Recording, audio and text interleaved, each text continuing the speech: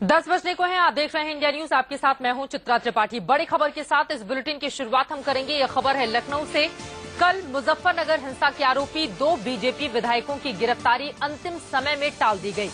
ऐसा क्यों हुआ और किसके इशारे पर हुआ, फिलहाल ये साफ नहीं हो पाया है। बीजेपी के 2 विधायकों के अलावा बीएसपी सांसद कादिर राणा की भी गिरफ्तारी होनी थी, लेकिन अंतिम समय में ये फैसला टाल दिया गया। सवाल बड़ा ये उठ रहा है कि आखिर इस फैसले को टाला क्यों गया है। कुल 16 नेताओं के खिलाफ गिरफ्तारी वारंट जारी हुए थे और माना यही जा रहा था कि जैसे ही विधानसभा की कार्रवाई खत्म होगी, ये नेता बाहर निकलेंगे, उसके बाद इनकी गिरफ्तारी कर ली जाएगी। लेकिन आखिरी वक्त पर गिरफ्तारी टाल दी गई। सीधे रुख करेंगे लखनऊ का, जहां से विपिन चौबे हमारे संवाददाता इस वक्त जुड़ चुके हैं ज्यादा जानकारी लेकर। विपिन, सवाल बड़ा यही उठ रहा है, किसके कहने पर गिरफ्तारी टाली गई, कुछ जानकारी मिल पाई है क्या?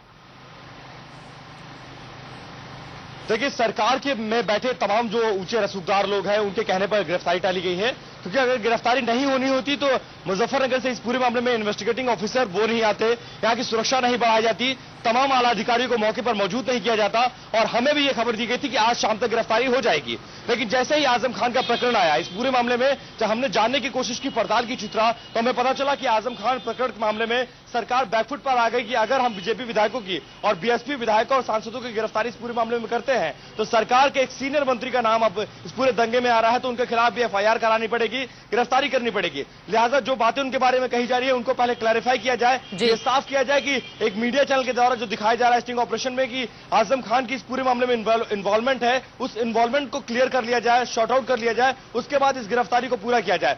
दूसरी जो वजह है चित्रा, वो ये वजह बताई जा रही है कि मामला अभी गर्म था। बीजेपी के तमाम आला नेता यहां पर पहुंच चुके थे और वो चाहते थे कि सरकार गिरफ्तारी करे और इस मौके को वो भुनाए, लेकिन सरकार नहीं चाहती थी कि राजनीतिक फायदा बीजेपी उठा पाए। ये भी एक वजह हो सकती है।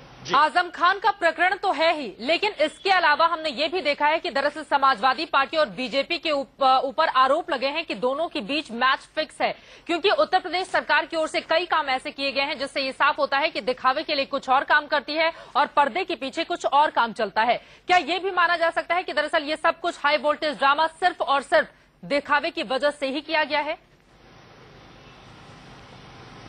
देखिए, बीजेपी की तरफ से मैं ये मान सकता हूं कि दिखावा किया जा रहा था, क्योंकि जिस तरह से लाव लश्कर उमा भारती नेतृत्व कर रही थी, 18 महीने में पहली बार विधानसभा में दिखना, पार्टी विधायकों का नेतृत्व करना, पैदल बाहर आना, पैदल पार्टी ऑफिस जाना, ये सब कुछ ड्रामे का एक पार्ट था। लेकिन सरकार ये चाहती थी कि गिरफ्तारी हो, लेकिन जिस तरह से कल ये पूरा ड्रामा हुआ, उसके बाद सरकार ने लास्ट मोमेंट पे अपना स्टैंड चेंज किया, चाहे वो आजम खान का प्रकरण हो और चाहे बीजेपी विधायकों को माइलेज देना, क्योंकि सरकार नहीं चाहती थी कि बीजेपी इस पूरे मामले में गेन करे, बीजेपी आगे बढ़े और राजनीतिक फायदा उठाए। उमा भारती ने भी कल साफ किया था कि अगर गिरफ्तारी होगी तो उसके बाद हम पश्चिमी उत्तर प्रदेश में आंदोलन करेंगे। इस बात की सुगबुगाहट के मद्देनजर सरकार ने प्रिकॉशनरी गिरफ्तारी को टाला गया है, लेकिन ये कब तक टाला गया है, क्या आज संभव है और क्या विधानसभा सत्र के चलते टाला गया है, ये बातें फिलहाल साफ नहीं हो पाई हैं। बिल्कुल, और आगे आने वाले वक्त में इन सवालों का जवाब भी मिल पाएगा। लेकिन यहाँ पर विपिन, अगला सवाल यह है कि आजम खान प्रकरण मामले में अखिलेश यादव ने आजम खान का बचाव किया और कहा कि जितने भी आरोप लगाए गए हैं वो सब झूठे हैं और विपक्ष की साजिश है।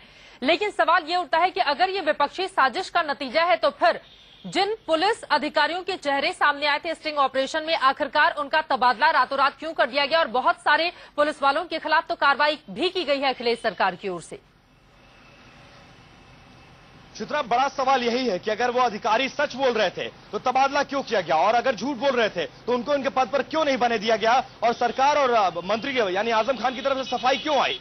बड़ा सवाल यही है। और सबसे बड़ी चीज यह है कि वो अधिकारी कैमरे में झूठ क्यों बोलेंगे, जबकि उनको ये पता था कि कैमरा नहीं चल रहा है, स्टिंग ऑपरेशन है, उनको ये बात पता भी नहीं थी, आपसी बातचीत में ये बात निकली है। तो ये जांच का विषय है। सरकार ने भी कहा कि उस स्टिंग की जांच कराई जाएगी। मंत्री आजम खान ने भी कहा है कि अगर उस स्टिंग अगर सही पाया गया, उन तमाम तथ्यों को मेरी जांच कराई जाए, मेरे टेलीफोन नंबरों की जांच कराए, कॉल ट्रेस कराया जाए, अगर ये सब कुछ सही पाया गया तो मैं खुद ब खुद इस्तीफा दे दूंगा। अब सवाल बड़ा ये उठता है कि क्या यूपी सरकार ही खुद अपने मंत्री आजम खान की, वो भी जो इतने कद्दावर हैं, उनकी जांच कराएगी? फिलहाल लगता तो नहीं है, लेकिन इन सब के बीच किरकिरी हो रही है समाजवादी सरकार के उत्तर प्रदेश के अंदर। उधर यूपी विधानसभा के बाहर कल हाई वोल्टेज ड्रामा हुआ। मुजफ्फरनगर हिंसा के आरोपी बीजेपी विधायकों को गिरफ्तार करने की बात लगभग तय मानी जा रही थी। इसको भुनाने के लिए बीजेपी की ओर से पूरा माहौल भी बना लिया गया। जमकर हंगामा हुआ, लेकिन नहीं हुई तो गिरफ्तारी, और माना यही जा रहा है कि आखिरी वक्त में गिरफ्तारी टाल दी गई। एक तरफ तमाम बीजेपी के आला नेता और विधायक हैं और दूसरी तरफ दूसरी तस्वीर आप देखिए कि ये बीजेपी के बाहर कार्यकर्ता है। गेट नंबर 1 है ये विधानसभा का और तमाम कार्यकर्ता अपने नेताओं का इंतजार कर रहे हैं और उनका साफ तौर से कहना है कि अगर उनके नेताओं को गिरफ्तार किया गया तो यहाँ पर हालात खराब हो सकते हैं। बीजेपी के आरोपी विधायकों का कहना था कि अगर सरकार में हिम्मत है तो वो उन्हें गिरफ्तार करे। ताकत है, गिरफ्तार करें, हम तैयार हैं। हम अगर ये सरकार निर्दोष लोगों को जेल भेज के ही सुकून लेना चाहती है तो अपनी संतुष्टि करे। यदि हिंदू समाज की बात उठाना अपराध है तो ऐसे अपराध को हम 100 बार करने के लिए तैयार हैं। मैं मानूंगी कि अखिलेश ने हमारे साथ धोखा किया, सदन के साथ धोखा किया, पूरे प्रदेश के साथ धोखा किया, क्योंकि अभी जांच ही नहीं हुई है कि कौन अपराधी है और कौन नहीं है। अगर आज की स्थिति में गिरफ्तारी होगी तो आजम खान की भी होगी फिर, और तब हमारे विधायकों की गिरफ्तारी होगी।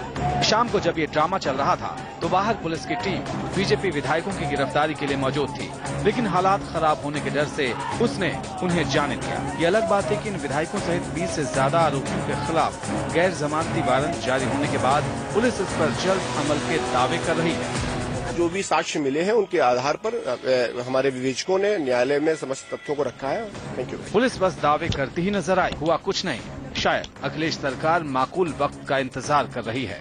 सरकार उस वक्त का इंतजार कर रही है कि जब ये मामला ठंडा हो और सरकार को इस गिरफ्तारी का भी फायदा हो सके और इन नेताओं को गिरफ्तारी हो भी जाए। कैमरा पर्सन दीपक के साथ विपिन चौबे, इंडिया न्यूज, लखनऊ। अब सवाल बड़ा ये उठ रहा है कि आखिर वो माकूल वक्त आएगा कब। उधर मुजफ्फरनगर हिंसा को लेकर आज यूपी सरकार सुप्रीम कोर्ट में जवाब देगी। राज्य सरकार बताएगी कि हिंसा को रोकने और पीड़ित परिवारों की मदद के लिए क्या कदम उठाए गए हैं। पिछली सुनवाई में केंद्र सरकार अपना जवाब सुप्रीम कोर्ट में सौंप चुकी है।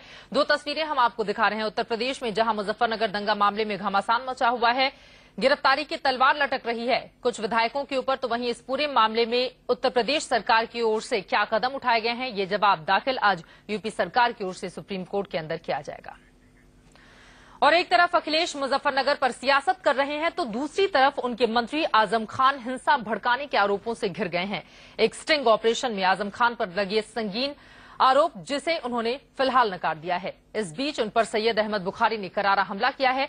बुखारी ने कहा है कि आजम खान को बर्खास्त किया जाना चाहिए। आजम खान ने एक न्यूज चैनल के स्टिंग ऑपरेशन को सरासर गलत बताया। कहा, हिरासत के लिए किसी गुनहगार को मैंने नहीं छुड़वाया है। जामा मस्जिद के शाही इमाम ने कहा, ऐसे मंत्री को बर्खास्त कर देना चाहिए। हमारे मिजाज में ही नहीं है। हम तो कार्रवाई और इंसाफ के पक्ष के लोग हैं। किसी गुनहगार को छुड़वाने के लिए हम सोच ही नहीं सकते। ये हमारा चरित्र ही नहीं है। ऐसी जिंदगी से तो हम मर जाना बेहतर समझेंगे। तो हमारे ऊपर गालिबन गलत जगह हाथ डल गया। हम इस गुनाह से बिल्कुल आजाद हैं। हमसे इसका कोई लेना देना नहीं। वो शख्स ये कहे कि साहब उत्तर प्रदेश की सरकार जिम्मेदार है। कहा यह जाता है कि 4 चीफ मिनिस्टर हैं उत्तर प्रदेश में, उसमें एक ये भी शामिल है जिनका आप नाम ले रहे हैं, जो एक वजीर है। और फिर उसके बाद भी आप उनसे माफी मांगे और उनके घर पर जाएं और उसके बाद ये कहें कि वो हमसे नाराज नहीं हो सकते। आपको आवाम की, मुसलमानों की नाराजगी तो मंजूर है, लेकिन उस शख्स की नाराजगी मंजूर नहीं है। अब आप अंदाजा लगा लीजिए कि उनको आवाम से और उत्तर प्रदेश से कोई दिलचस्पी नहीं है। आजम खान ने दावा किया कि वो बेदाग हैं। बुखारी ने कहा, मुलायम सिंह पहले कह चुके हैं कि पूरी की पूरी यूपी सरकार फेल है। हमारे नाम का जो इन्वॉल्वमेंट है वो सफेद सफेद सफेद और 1000 करोड़ बात सफेद झूठ है, सच से बिल्कुल परे है, हमारे जीवन और हमारे चरित्र के बिल्कुल विपरीत है। मुलायम सिंह साहब तो खुद ये कह चुके हैं कि मैं इस सरकार से मुतमईन नहीं हूं। उन्होंने एक दफा नहीं बल्कि कई दफा अपनी इस बात को दोहराया है कि अगर मैं चीफ मिनिस्टर होता, अगर भागदौड़ मेरे हाथ में होती तो ये हालात नहीं होते। आजम खुद को पाक साफ बताते हैं।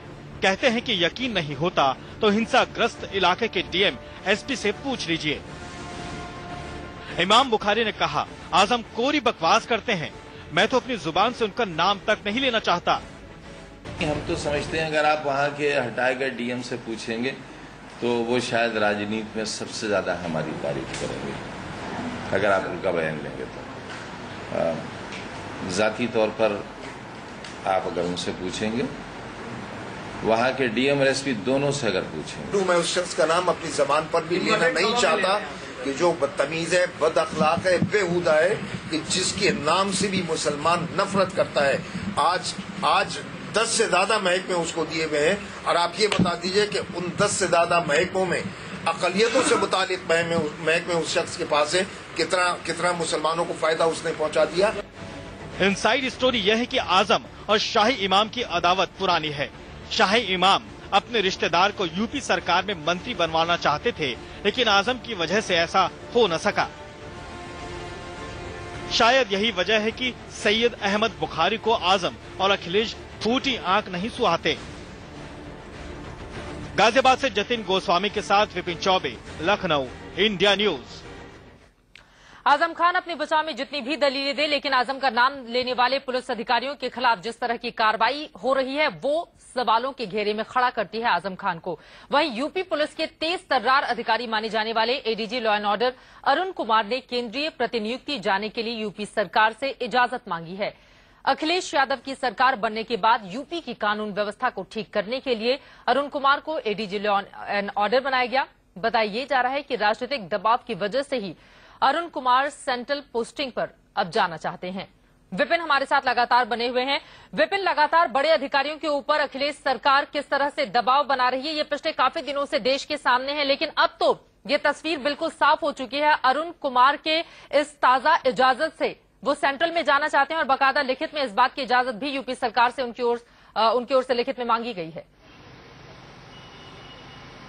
जब बिल्कुल चित्रा, ये किसी से छुपा नहीं है कि उत्तर प्रदेश में अधिकारियों का काम करना कितना मुश्किल है। यहाँ पर पॉलिटिकल इंटरफेरेंस कितना ज्यादा है और अरुण कुमार जैसे अधिकारी जो सिर्फ काम करने के लिए जाने जाते हैं, उनका प्रदेश छोड़कर बाहर जाना ये बताता है कि अखिलेश सरकार की ये नाकामी है। सबसे पहले मैं आपको बताऊं कि अरुण कुमार को स्पेशली लाया गया था कि उत्तर प्रदेश की कानून व्यवस्था को ठीक करेंगे। इनके तमाम अधिकारियों, इन्होंने अपने तमाम अच्छे जो अधिकारी हैं उनको तैनाती दिलाई। सबसे बड़ी दरार अरुण कुमार और अखिलेश यादव के बीच में उस दिन पड़ गई जब गोंडा के एसपी नवनीत राणा ने एक मंत्री के खिलाफ स्टिंग ऑपरेशन किया और उसके ठीक बाद नवनीत राणा को उनका तबादला कर दिया गया और अभी भी वो डीजीपी ऑफिस से अटैच है। उसके बाद से लगातार इनके मुताबिक अधिकारियों की तैनाती नहीं की जा रही थी। तमाम जो दंगे हो रहे थे, तमाम फसाद हो रही थी, उसमें इनकी कंसर्न नहीं ली जा रही थी। और मुजफ्फरनगर दंगों में भी ये हुआ, जब हालात खराब हो चुके, कर्फ्यू लगा दिया गया, सेना को बुला लिया गया, तब अरुण कुमार को यहां से भेजा गया मुजफ्फरनगर। ये तमाम बातें हैं जिससे अब अरुण कुमार शुभ थे और इसी बात को लेकर सरकार में अब काम नहीं करना चाहते। इसी को लेकर उन्होंने डीजीपी को लेटर लिखा और कहा है कि यूपी सरकार उन्हें इजाजत दे, क्योंकि वो अब दिल्ली में नौकरी करना चाहते हैं। अब देखना यही होगा विपिन की क्या इजाजत यूपी सरकार की ओर से दी जाती है इस पूरे मामले में या फिर नहीं। बहरहाल आपका बहुत शुक्रिया इस पूरी जानकारी के लिए।